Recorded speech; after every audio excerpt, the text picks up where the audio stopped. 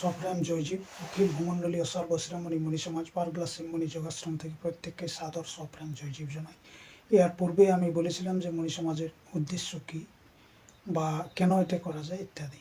অর্থাৎ হচ্ছে মণি সমাজ হচ্ছে কি অষ্টাঙ্গিক যোগ মার্গের বিদ্যা, যেমন হচ্ছে যম, নিয়ম, আসন, প্রাণায়াম, প্রত্যাহার, ধারণা, ধ্যান এবং সমাধি। এর মধ্যে হচ্ছে এগুলো হলো 8টা।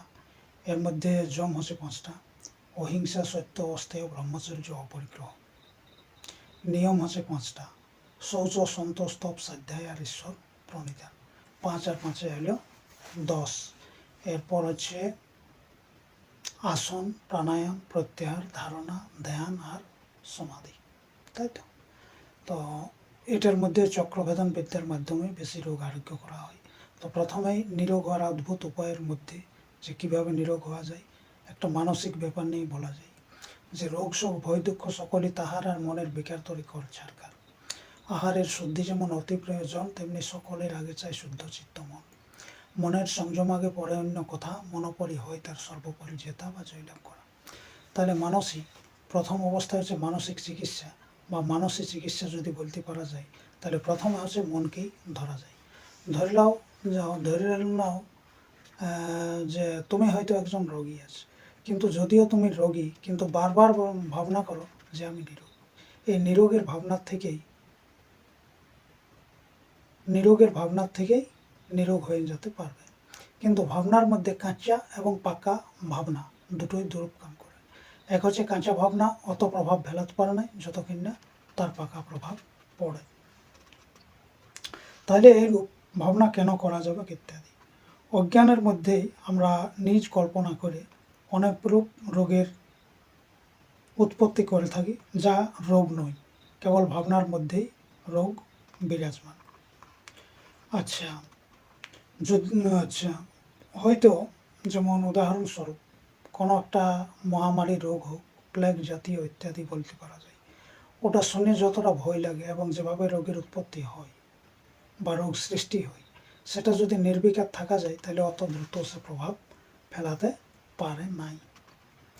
কিন্তু এদিকে দেখুন, শরীর মাধ্যম খলু ধর্ম সাধনম ইত্যাদি বেদের বাক্যে অনেক জিনিস আছে। কিন্তু দেখুন, কিছু হয়তো সাধু আছে, বিদ্বান বা পণ্ডিতগণ অনেকেই বলে থাকে যে এই শরীরটা হচ্ছে কি একটা অশুদ্ধ, অপবিত্র, পাপী এবং রোগের ঘর। অর্থাৎ ওদের ক্ষেত্রে বোঝা যায় শরীরং ব্যাধি মন্দিরম, কিন্তু বাস্তবে এটা হচ্ছে শরীরং শিব মন্দিরম।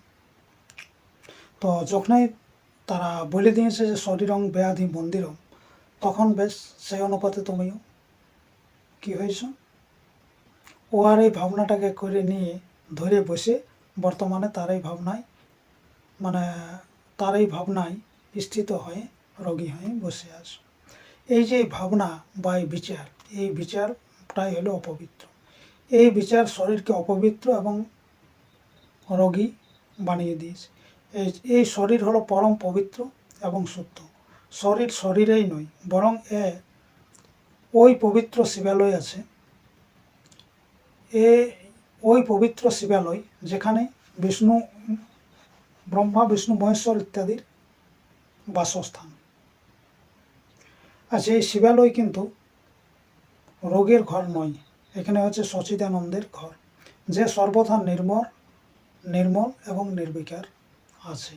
যে পরমাত্মাকে জেনে নিয়েছে সে শুদ্ধ এবং পবিত্র হয়ে গেছে। আচ্ছা, যে একে ভুল জেনেছে সে অপবিত্র এবং রোগী হয়ে আছে। এই শরীরকে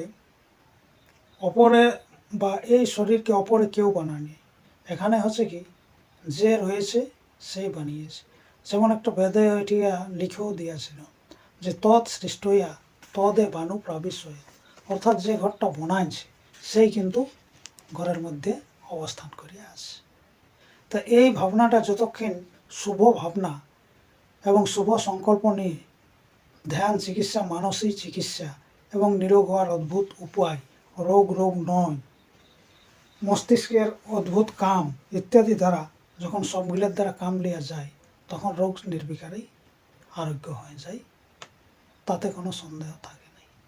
তো এই মানসিক চিকিৎসা সাধারণটা বললাম, এরপরে ধ্যান চিকিৎসা এবং রোগ নয় বা ঈশ্বর ও প্রকৃতিগত রোগের কারণ ইত্যাদি অনেক কিছু বলা যাবে। সপ্রেম জয়জীব জেনে আজকে শেষ করছি। জয়জীব জয়জীব জয়জীব।